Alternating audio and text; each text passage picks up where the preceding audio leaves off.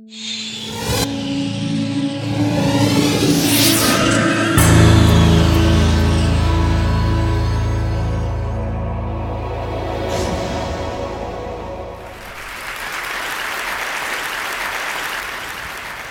know what you're thinking.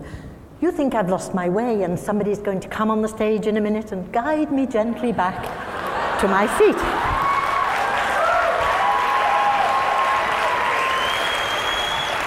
I get that all the time in Dubai.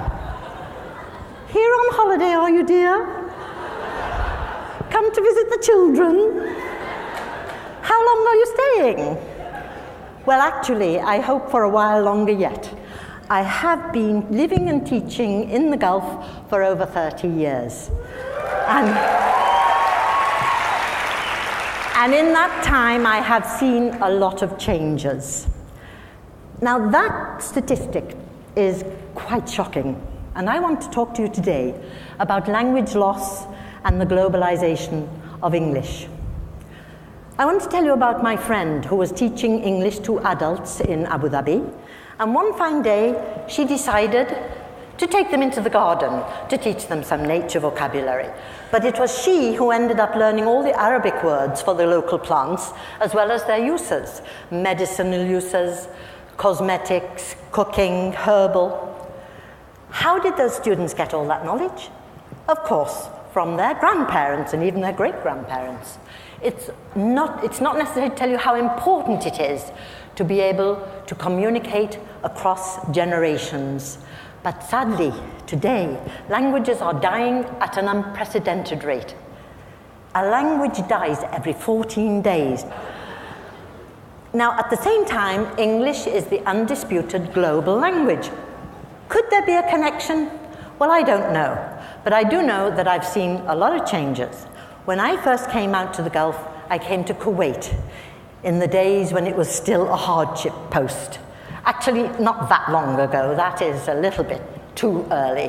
But nevertheless, I was recruited by the British Council along with about 25 other teachers, and we were the first non-Muslims to teach in the state schools there in Kuwait.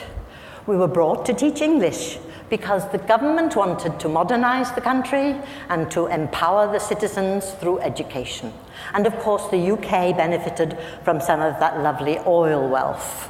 Okay, now this is the major change that I've seen, how teaching English has morphed from being a mutually beneficial practice to becoming a massive international business that it is today. No longer just a foreign language on the school curriculum, and no longer the sole domain of Mother England.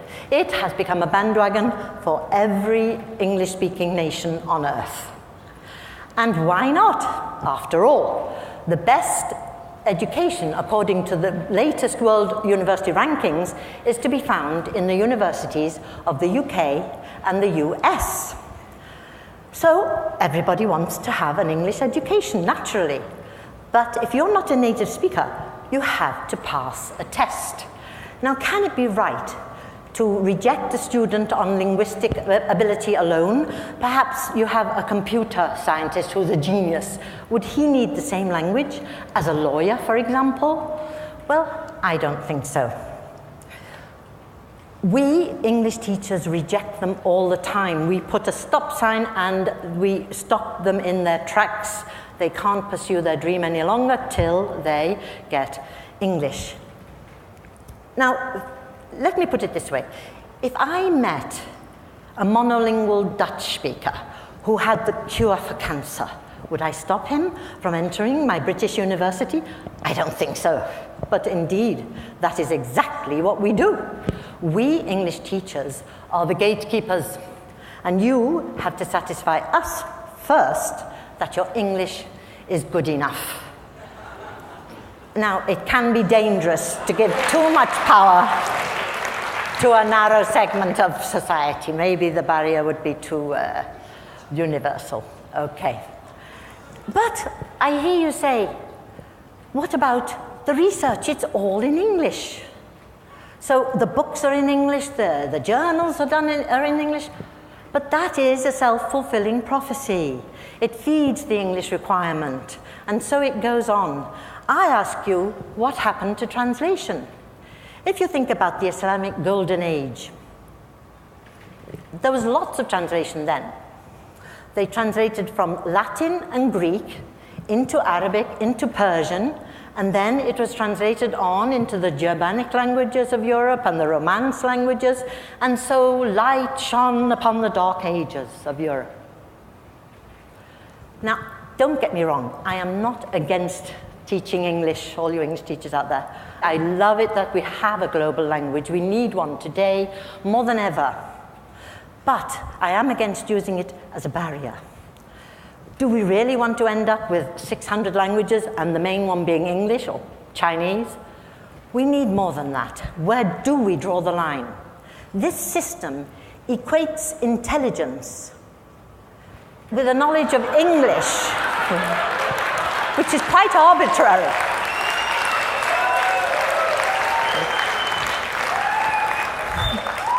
And I want to remind you that the giants upon whose shoulders today's intelligentsia stand did not have to have English, they did not have to pass an English test. Case in point, Einstein.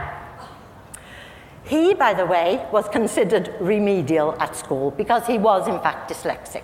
But fortunately for the world, he did not have to pass an English test because they didn't start until 1964 with TOEFL, the American test of English. Now, it's exploded. There are lots and lots of tests of English, and millions of students do take these tests every year. Now, you might think, you and me, those fees aren't bad, they're okay, but they are prohibitive to so many millions of poor people. So immediately we're rejecting them.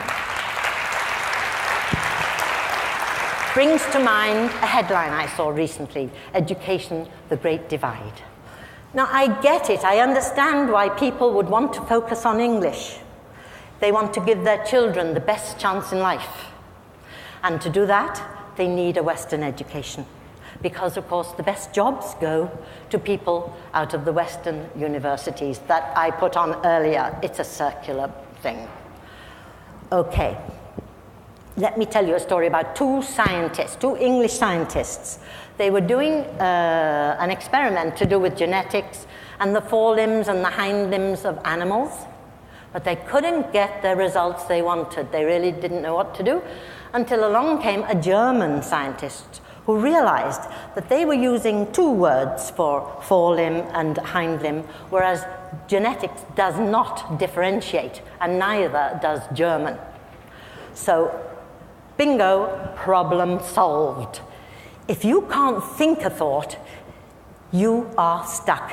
But if another language can think that thought, then by cooperating, we can achieve and learn so much more.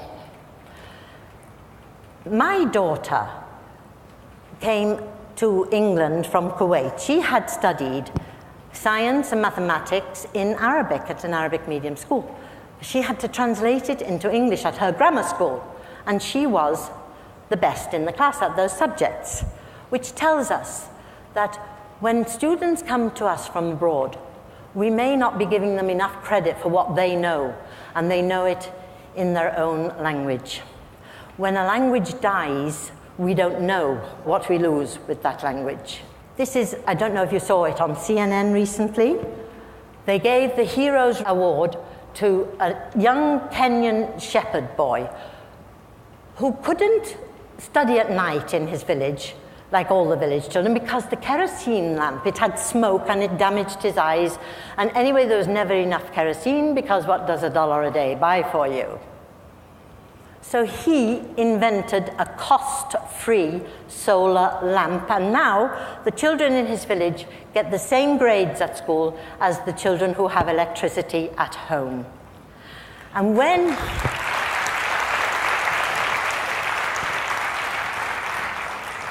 he received his award, he said these lovely words: "The children can lead Africa from what it is today, a dark continent, to a light continent."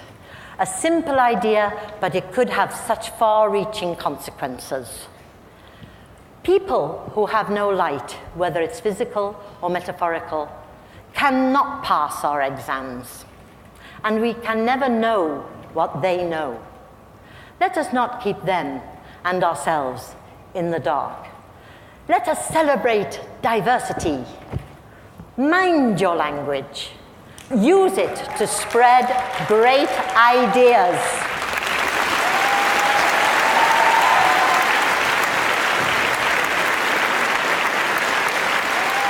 Thank you very much. Shukran.